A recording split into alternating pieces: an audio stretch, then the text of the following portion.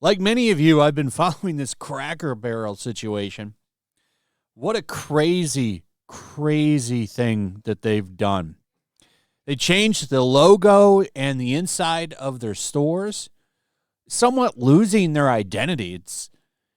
It's like they're some kind of Red Robin now. They look like a different restaurant. Now, a lot of people have brought some really good information to light from this.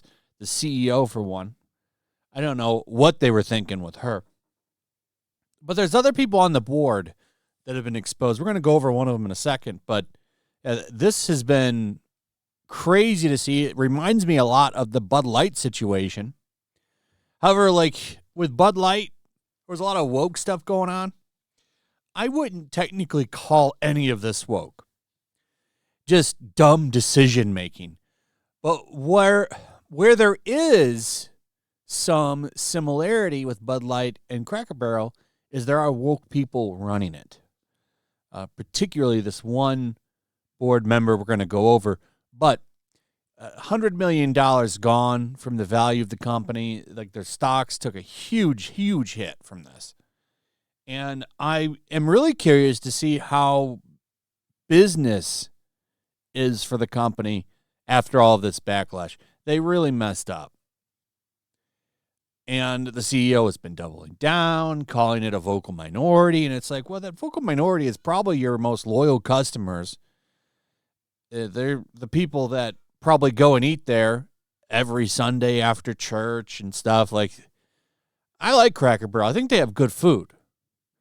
And they've separated themselves from a lot of the other chains. It's a unique identity that they have, this old kind of 1918 feel to them. And I think that they're making a mistake, but it's like the Bud Light thing. You've got the CEO coming out saying we're trying to have the Cracker Barrel for today and tomorrow, not yesterday, but the whole identity of the store was about yesterday. It's strange, man. But yeah, here's one of the reasons why they went down the path they're in. You have this Cracker Barrel board member with a DEI background. Why is he there? What is it about these people? It's this guy, Gilbert Davila. And he's been around the company since 2020. Imagine that, 2020, the height of all of this nonsense. This guy's entire resume is a bunch of nonsense. But look at this. This is the big one. From 2003 until he founded DMI Consulting in 2010, he served as the Vice President of Global Diversity and Multicultural Market Development at the Walt Disney Company. Well. He also did it for Sears. How's Sears doing, by the way? They even around anymore? Talking about companies being ran into the ground. Sears is more of a victim of online commerce, though. Let's be real, like most of these places. But Walt Disney is a big one. Like everything this guy has done and touched is in the name of diversity, inclusion, and stunning brave bullshit. So he's over here at Cracker Barrel now. And this is a big, big reason why the company has ran itself into the ground. Decisions made around 2020 when he joined their directors. And he's not the only one, but this is the guy that a lot of people have been talking about. Look at this right on their website, ESG. While Cracker Barrel has always placed corporate social responsibility at the heart of their business, we continue to take a more strategic and data-driven approach to environmental, social, and governance issues.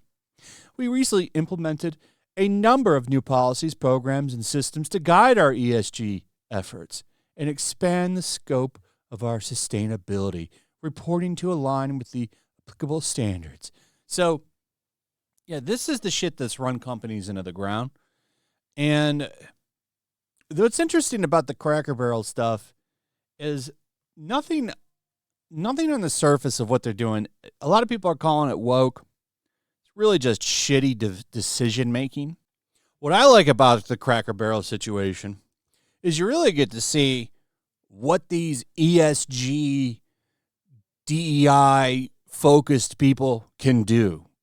And that's, no matter what it is, run the shit into the ground. Why are these people here? Why is some dude that was the multicultural director for Disney or whatever he was doing, why is he sitting on the board of a restaurant? Where's the experience there? This guy doesn't have even a really restaurant background at all. Why wouldn't you get an expert in that? Instead, you go for this guy because they were chasing that DEI dragon, and it backfired. Because that was the hot shit in 2020, which is when that man came on. So they made all of these decisions and put all of this leadership in place, and what are they doing? They're running into the ground. I wouldn't call it a get woke, go broke thing as far as, what we've seen in the past, especially with Disney. But it is a get woke with your management and go broke for sure. I mean, just look at that CEO of the company. She's a poster child for a liberal white woman. So, yeah, this guy, it makes no sense to bring him on. They're paying for it now. He got called out by Robbie Starbuck, saying what qualified him for this board seat. You will see he's owned a DEI consulting and strategy firm for 15 years that focuses on pushing DEI and DEI advertising. And it's right there on the page. He went over that. It's pretty funny to me. Like, this is the guy that you bring on, and, what an ugly logo. There's nothing unique about this. In fact, if anything, it kind of reminds me of Waffle House in some ways. And, I'm not trying to knock Waffle House. Waffle House is a place where you can get a lot of variety. In the morning, you can get breakfast, and at night, you can go watch a fight. But, yeah, like, taking this guy off of the label, that doesn't fix anything. In fact, it just makes it look bland and boring. You've removed the identity of the store, which was very unique. I don't know what the answer is to prop them up, but I can tell you the shit that they're doing obviously is not going to work, and nobody likes it. My question really is, are they going to fix it or are they going to double down? And it kind of looks like they're going to double down. A lot of these people are just saying it's a small, and we've seen this before, it's just a small, vocal, rabid community of people. We're actually in the right here, and everyone's happy with it. Like the example the CEO said in a video that I watched, that they got all the store managers together, and they were really excited about it. What, did you think they were going to criticize you so they could get fired? They're all just kissing your ass, lady. They were asking, when can I get the remodel? I don't want the remodel. They're just trying to not get fired by calling you stupid, which you are. So, fun story. This will be a fun one to watch. We'll see what happens with old Cracker Barrel. Are they going to double down and prop these guys up? Or are they going to fire them and get people that are actually qualified to maybe help get their company back up on top? We'll see. Anyway. That's pretty much it. Let me know what you guys think about all this in the comments. Also, if you would, please like, subscribe, share the video, hit that notification bell, and we'll see you on the next one. Peace.